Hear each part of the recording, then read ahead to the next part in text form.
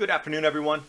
Natural gas prices up due to winter crunch, then down again, then up again on headlines, expecting a warm January.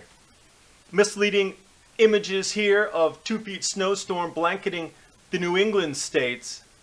CBS hits it, great images, talking about this storm is more powerful than even 2 years ago. And that brings me back to Boston, snowiest on record going back 300 years.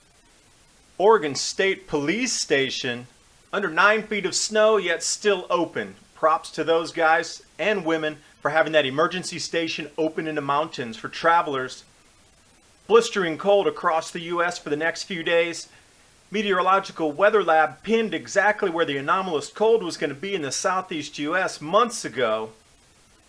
And the United Nations is now banning media credentials for any reporters that believe we are entering a grand solar minimum. And for the last couple of weeks, I've been taking these moringa leaf supplements.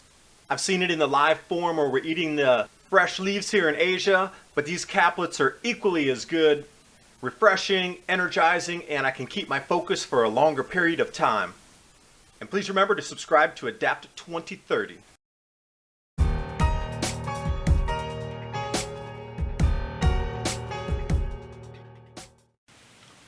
Back in July, newspaper headlines talking about winter shortages due to storage outages. We did see the move up in natural gas over 30% over the last month and a half. October, November, December, upward. And suddenly, U.S. natural gas down 8% because they're forecasting out a warm January.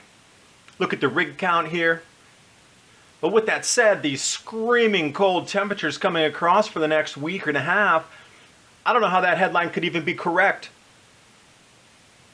Looking at snow dumps like this in Oregon, you really do have to hand it to these police officers that are keeping this station open for those traveling in the mountains in case there is an accident. They still have a safe haven.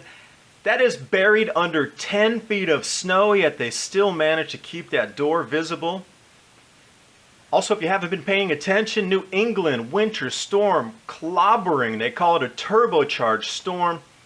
2 feet plus of snow, hundreds of thousands of people without power.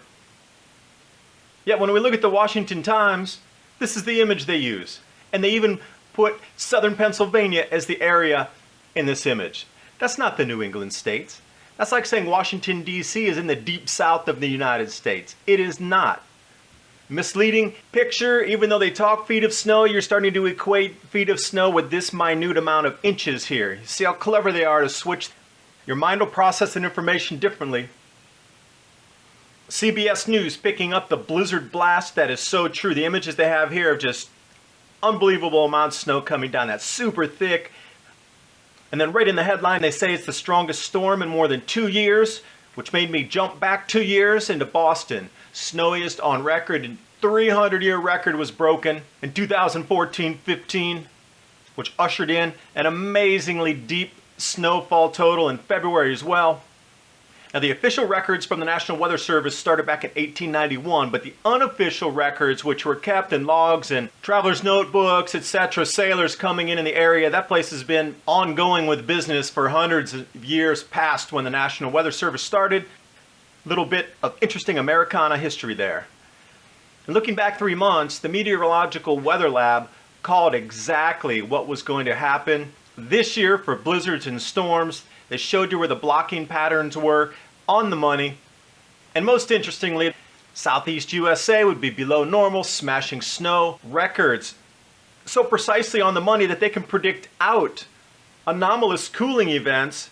Yet when reporters from Canadian CBC and the Rebel try to get media credentials to join the IPCC summit in Morocco, the UN banned them because they're not being particularly helpful. It says that their particular point of view, and Mr. Nuttall from the United Nations responds, the point is, it seems to be that advocating a particular point of view which is so personal that it didn't seem to be a genuine news media outlet. They were talking about a grand solar minimum, forecasting temperatures down, like the Meteorological Weather Lab, abnormal snows, extremely cold winter temperatures, yet the UN won't let them have an opposing view or even report on the IPCC And if you hadn't heard of other shenanigans going on at that time in Morocco, jump over to Climate Depot, take a look at what happened with Mark Morano and their contingent outside the IPCC meetings when the UN had private security come and stop their activities when they were shedding the IPCC climate change agreement, not even at the venue. They were using Moroccan police forces to stop their video broadcast.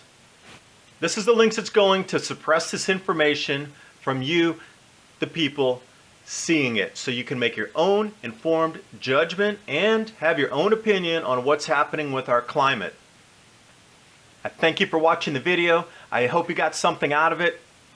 And if forecasters can do medium-term, seasonal forecasting on the money, and then we get people doing solar forecasting calling for a grand solar minimum, and these are overlapping, and all of them are pointing to going colder over these next few years. Yet the IPCC wants to suppress this. Welcome to the 14th century.